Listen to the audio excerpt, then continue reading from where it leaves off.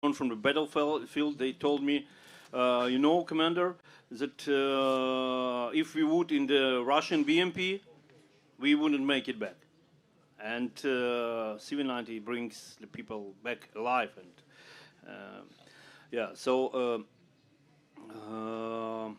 we have developed some special tactics, and for now with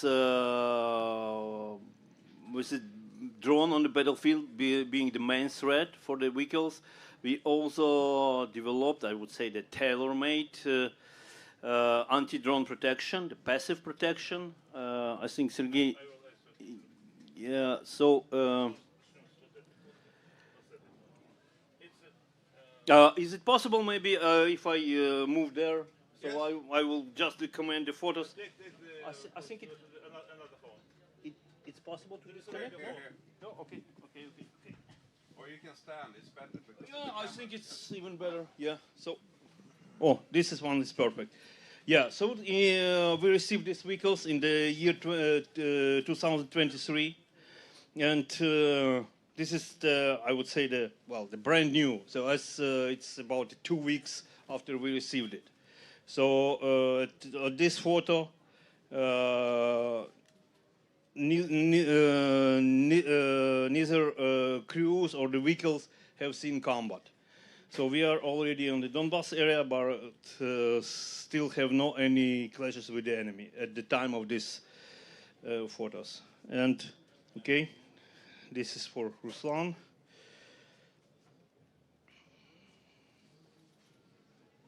Oh. Yeah, and now here's our field workshop, and our technicians, which have been also trained to maintain and to serve CV90. They were trained here in Sweden. So now we are making this additional protection for the drones, the special steel nets and the grills protection. So the main idea is to bring the point of impact as far as possible from the vehicle itself, so that the energy of this cumulative, the hollow-shaped charge, will be dissipated in the air. Yeah. Okay. Can we have the next?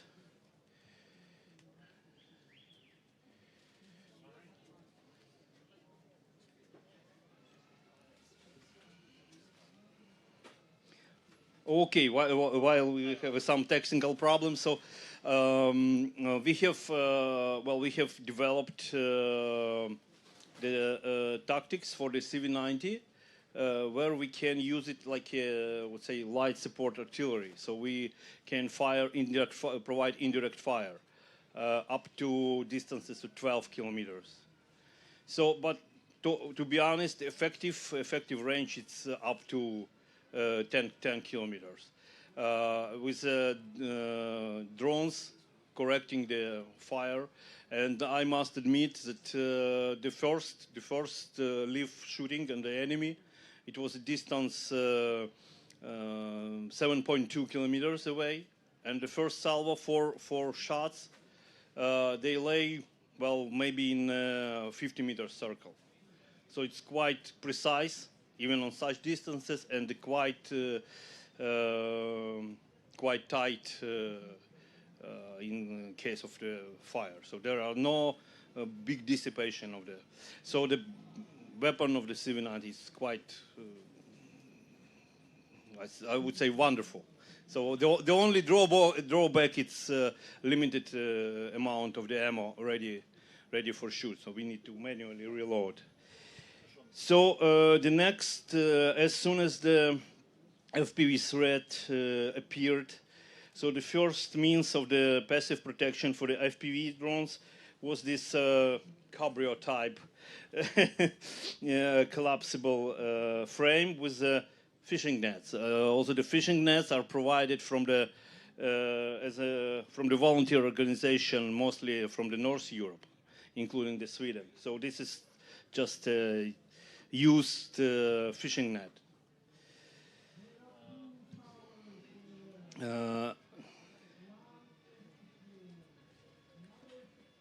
Oh, is it? Oh, yeah. Okay, it's civilized. Yeah, and with more and more drones in the air, so we need more and more protection.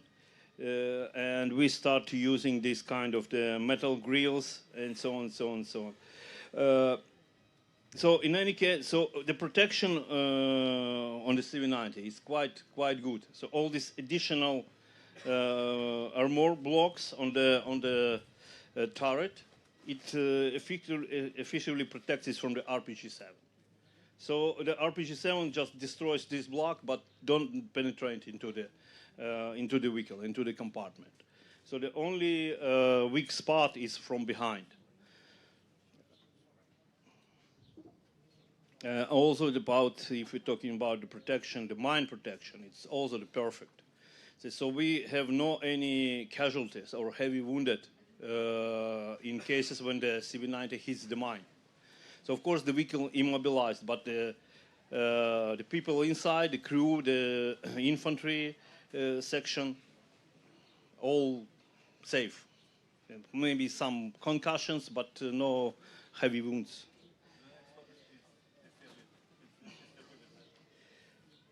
Yeah, so this one, the same type of the frame with a light net on the STRV-122 tank. It's a similar construction like on the CV90. What about the STRV-122? So about the STRV-122, I think Ruslan is a tanker. He can tell a little bit more in more details.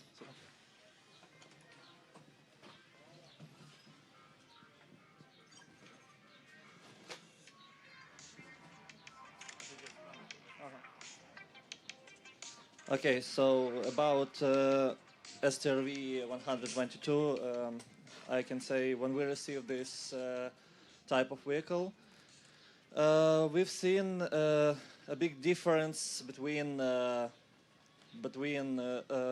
this tank and Soviet-made tanks. Yeah, and as you can see,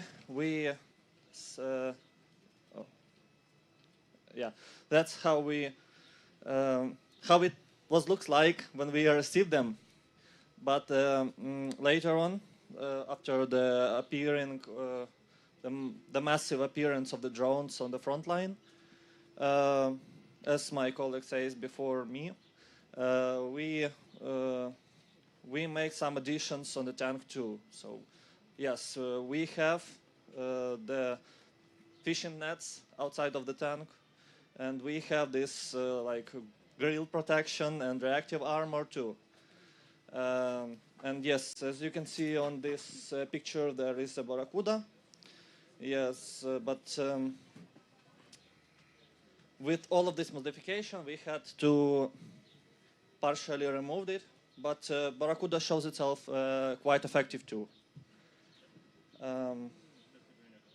So in general, about this type of the tanks, they are very, very effective, very powerful, and the crews inside the tank, it feels safe, because yeah, crew can get some concussions, can feel uncomfortable, but everyone's inside safe, even if tank is shotted, if it's disabled or blowing on the mine. They can feel maybe like, oh, okay, something happened, but we are fine, we are safe. Yeah.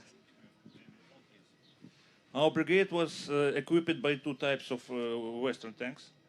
On the front line, we can see German Leopard 2A6. On the back is a Sweden-made Leopard 2A5 modified to the level of STRV 122. We only brigade in the world, maybe, who can compare in one unit these two types of tanks. And we are experienced in usage in both of them.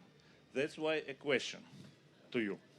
What is feedbacks about the possibility, power, possible of use of this tank in your battalion? What is better? if we compare these two types of the tanks, of course, the Swedish one is more protected. It have wider hatches. It have additional armor on the turret. Yes, the German one have the longest barrel, so it probably have a bit longer distance for shooting. But if we are talking about the protection, about safety of the crew, the Swedish one shows itself much better. You can see two tanks. You can see a difference in the length of barrel. But I can inform you about the situation. If you will buy a Guinness Book of Records, you will be able to find the record about the longest tank fire shot in the world. This record was in 1991 in Iraq. It was set by a Challenger British tank. The distance was 3 miles, approximately 5 kilometers. But our tankman of our brigade has shot Russian armored vehicle on the distance of 6 kilometers and 50 meters. It was April 1st. It was May 1st, 2024. I see this shot was after it made. It's impossible now to fix this record because editorial of Guinness Book tell us we have to go to the position. We have to put our measuring units. We have go 6 kilometers. Sorry, territory is under Russians. But can you say it with Russians about?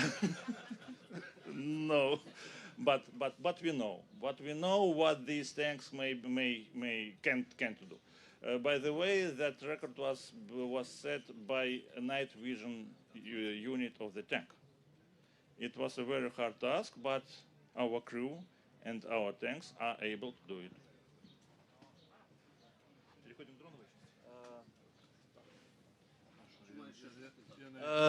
Okay, I give the word to Evgen. He will tell you about the modern drone warfare. Yeah.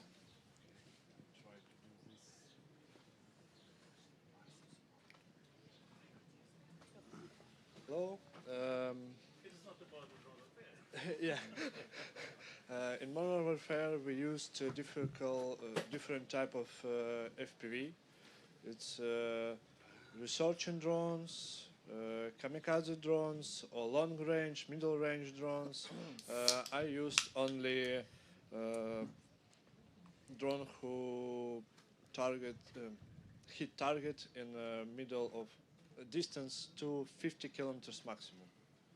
Yes, I work on these drones targeting soldier vehicles, different type, tanks, artillery vehicles. Yes, it's me. Vehicles and different types of bunkers, trench. Any types of targets. Yes, any types of targets. Yes. Now, when we talk about safety for crew of the different type of vehicle of techniques, anti-drones nets and mangal, I don't know how it's be on English. Grill, yes, help to save crew between maybe 1 to 5 drones. After when I destroyed anti-drones safety, I can hit the vehicle. It's give time to crew to leave the dangerous area or maybe evacuation. Evgeny, I will make one Of remark. course, yeah, of course. Yeah. So if we talk about this passive anti-drone protection and which is developing in close cooperation of our, let's say, the tank specialists and the UAV specialists. So I would like to inform you that we have a case when the CV90 with all this additional protection, the tailor-made, it experienced 7 hits of the enemy FPV before the vehicle has been immobilized. So it was still trying, the crew still trying to bring the vehicle home, and only the 7th hit stopped the vehicle. And well, it's hard to say how many more FPVs, enemies FPVs required to finish the vehicle off. But anyway, the people all are safe. So these measures are working, and also in part during because of the help from our UAV guys, which sharing with us how they would attack the target.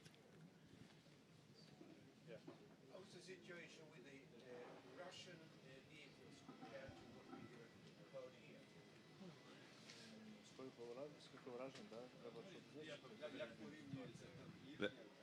The question was, how is the situation comparing the Russian vehicles to your vehicles?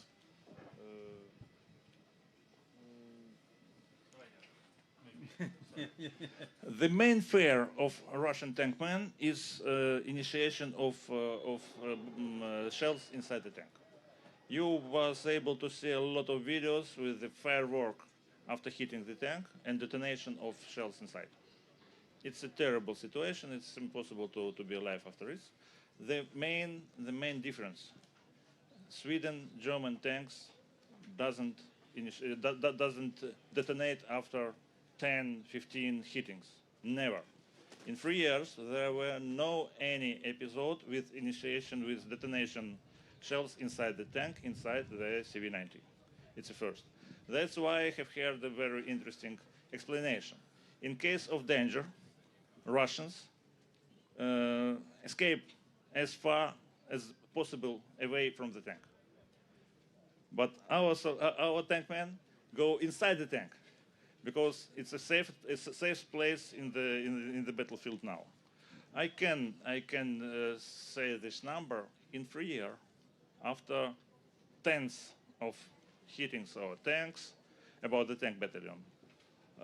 It was a lot of situation with evacuation, with fixing, with small damages.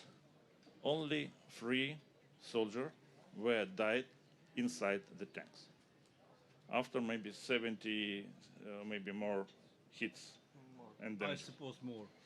Or maybe more. It's a sad situation. Every day is hard for us, but I think it's a quality mark of these tanks, because it's really impressive for us, because we know what is Soviet Russian tanks are, and we know what is it. That's why before the full-scale invasion, Russia has, as far as I remember, 15,000 of tanks. And for now, it is very hard task for our droners to find a Russian tank to hit it, because they are absent, maybe absolutely absent. In these years, maybe 80% of Russian stores was spent to grab a little piece of Ukrainian territory. But our 10 tanks from Sweden, and as far as I remember, 40 tanks from German are in service now. Some of them, more of them are in service now till now. It's a sign of quality, and that's why we have feel the difference. We know what is it.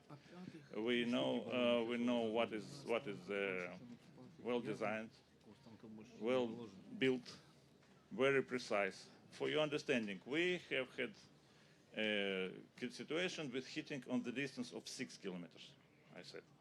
but the distance of 3 kilometers, it's too far for Russians. And that's why there were no any tank duels, because it's not a duel, it's a killing. On the distance 4 kilometers, 5 kilometers, Russian tanks, it's a hunting, not a war. That's why the difference is, but for now, we have to share our experience in modification, in modernization, in improving protection against drone. I think it's task number 1 for us here and now.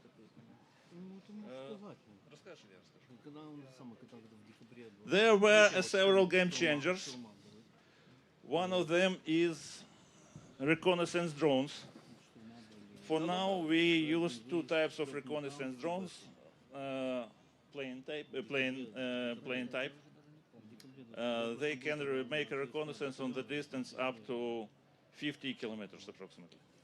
And it's more effective than satellite reconnaissance, because we have 5, 6, 7 planes like this in time on the air. And every stream translation from every plane can be received on the command centers for commanders for all level of commandment of Ukrainian army. From oh, it's very interesting. Oh, start playing. Okay, I will take the word to return to our tanks, because we were discussing with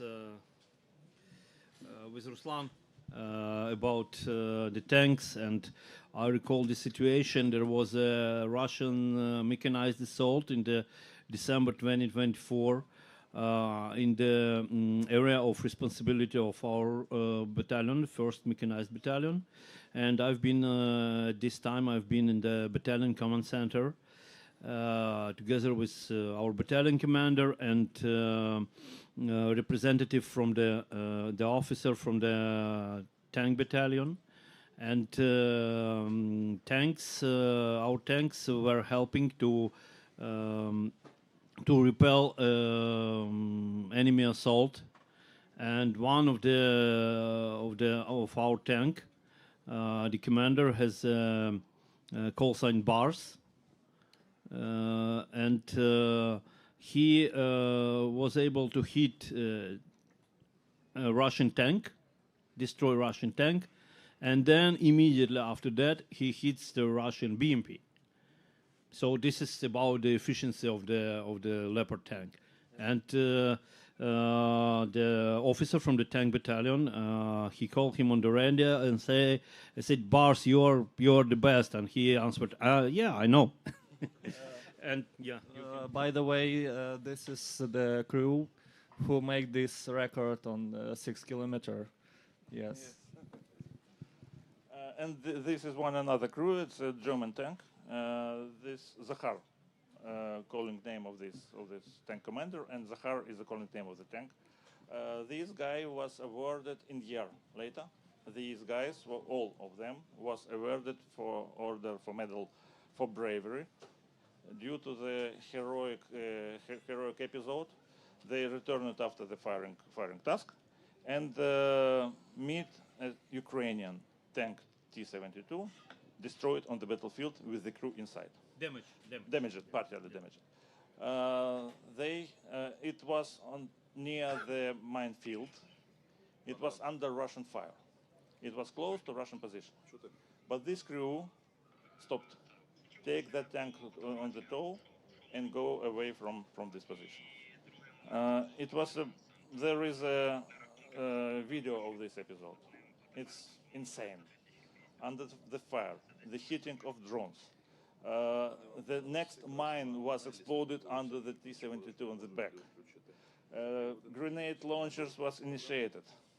And very slowly, 3 kilometers per hour, 4 kilometers per hour, they push that tank away. All crew inside the T-72 is alive. And this crew is is awarded for very, very, very high medal of Ukrainian in the Ukrainian army. Let me add one little bit fancy, funny detail, but I think at this example you can see the difference between the Western tanks and the Russian tanks. So when the T-72 hit the mine at the second time, that they decided to take the crew from the T-72 on board of our Leopard tank. So the whole crew of the T-72, 3 people, they fit inside the Leopard tank at the place of the loader.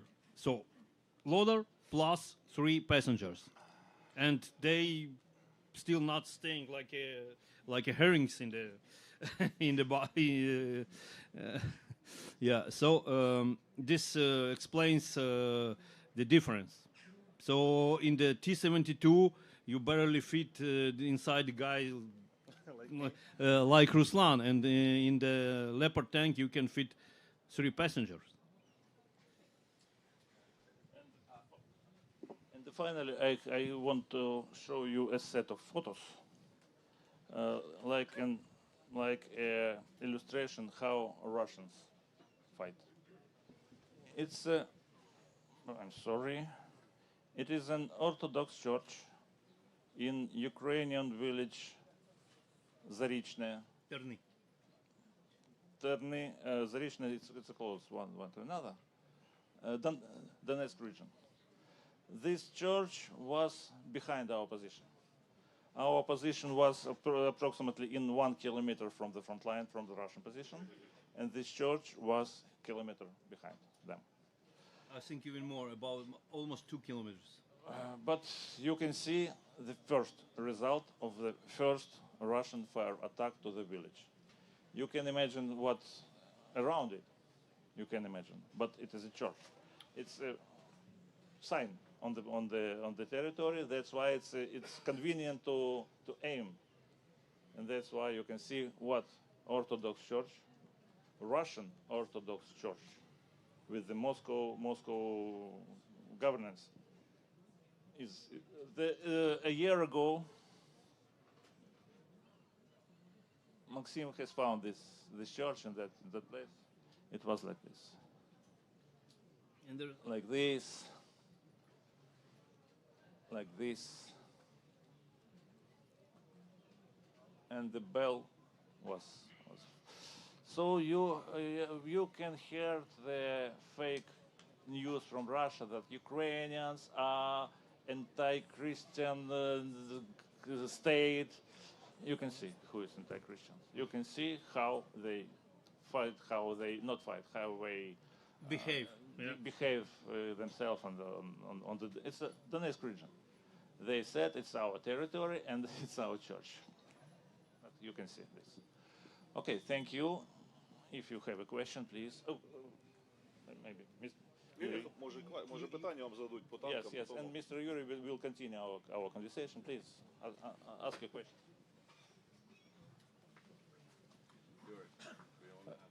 Thank you for your service, for fighting for Ukraine and for all of us. So all the things that you talked about, how are they influenced by weather and terrain like dense forest? Давайте, I will continue with my speech and it will cover your question.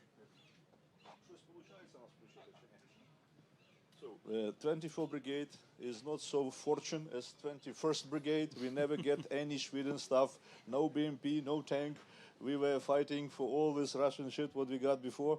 Sorry for streaming. But of course, my coming here is supposed to change something and we will get something at least to try. So the issue what we are gathering here is the modern battlefield tactic. And you guys, I understand, you would like to hear what is going on. I know I got only 4 minutes, I will try to fit, but for you to understand, each front line is another planet. For example, 21st Brigade is fighting on the Sumy direction, 24th Brigade is fighting on Chasiv Yar and Konstantinivka, Drushkivka, Kramatorsk area, and those are complete different circumstances. First of all, it depends on the enemy, which is opposite. How if they really would like to assault, how they really would like to go further. And in our direction, they are starving to go. They are starving to assault. They are doing their best to try. Саме перше відео там звіт за тиждень. Of course, there is a terrain. Our terrain is very hilly. We have 3D or 4D printing terrain. We got mountains, we got hills, we got mining coal, we got coal mining stuff. So it's like this. So in this terrain, it's a completely different organization of the UAV, I mean drone systems, infantry drones, everything. So I would like to show you how our brigade makes a report one per week about what is going on. Там такий звіт за тиждень, будь-який. How they assault. They assault by foot, 3-4 people. They assault by motorcycle. They assault by quadricycle. And they, of course, try to assault by using some armor vehicles. Люба тема звіт за тиждень. So, це перша була чи яка? Перша, да? So we are showing to what was going on. How many groups of Russians we saw? How many groups of Russians on some vehicle or some motorcycle, quadricycle we saw? How many of them destroyed? For example, this video for last week shows that, for example, we killed 22 Russians, injured 24 Russians, killed maybe 3 or 4 armored vehicles, maybe 5 or 7 pickups or bukhanka as they called. So this explains that in order to success, in order to do something, they must go. It's like in those movie about white Billy Khodaky, да? White walkers. Yes, they must go. And because of that, there is a new profession on the battlefield, a battlefield guide. This we show about motorcycle, how they are assaulting. So in order to go, they must have battlefield guides. On the place then they are starting, then a place then they are gathering, then a place that they have some food, and another directions that they must go. There must be a people who are showing the direction to them. And it's a kind of job what is needed to do, because they don't have Kropova, they don't have those modern things to check their routes, and they use people to guide them to go further and further. They are not interested in the rifle contact. They are not interested in firing. They are interested in just going deeper, deeper, and deeper.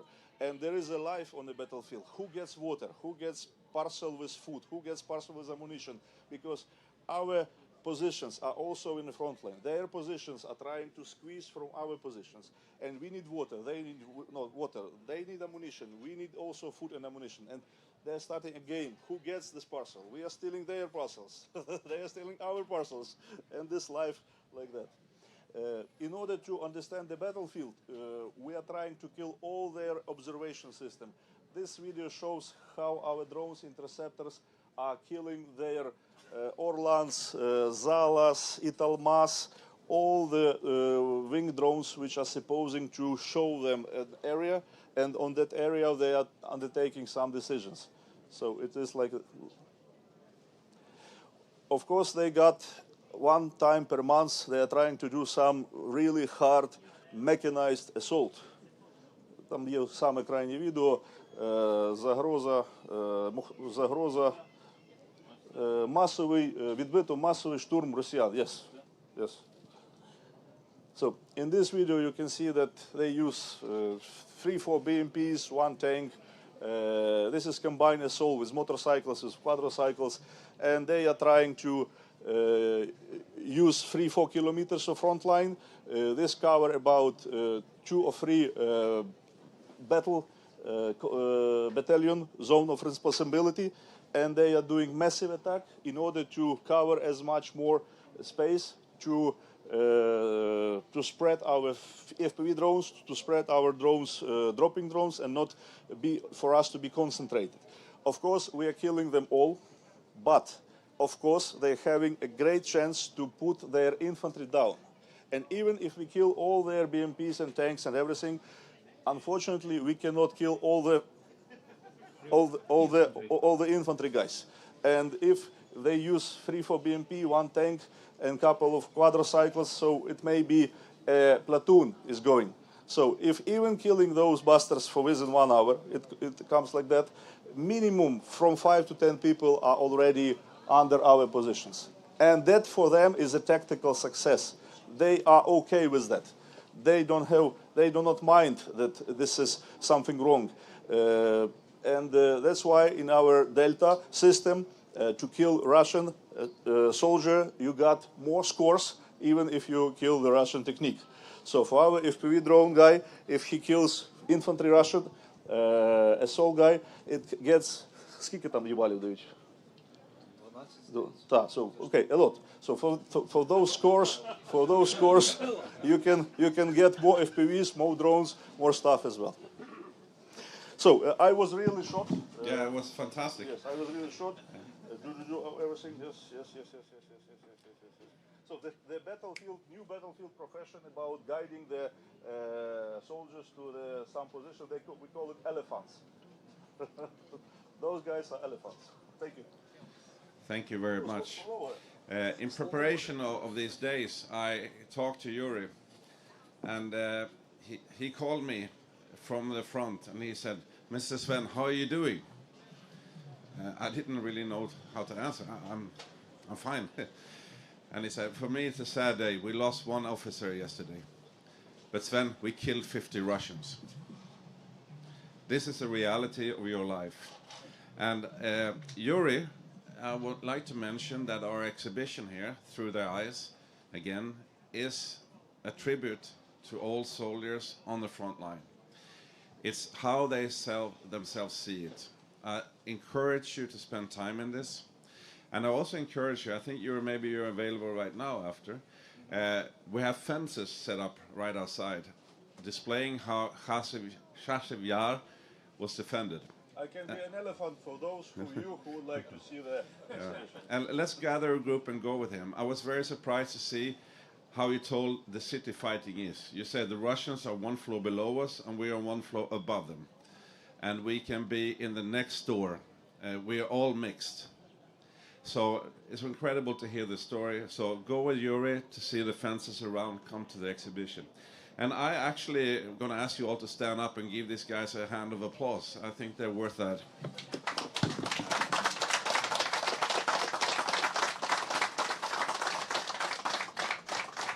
And we're lucky to hear this. We're also cooperating with P18. Yesterday, the P18 Colonel Gustafsson opened our exhibition, and you're going to have lectures for the whole regiment tomorrow. So we try to get your knowledge to be used here in Sweden also.